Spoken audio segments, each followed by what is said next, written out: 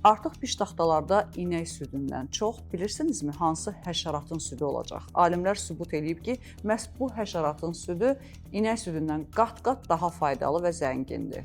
Söhbət tarakandan gedir. Artıq heç nə demək istəmirəm, gəlin xəbərə baxaq. Sponsor Saf Hospital.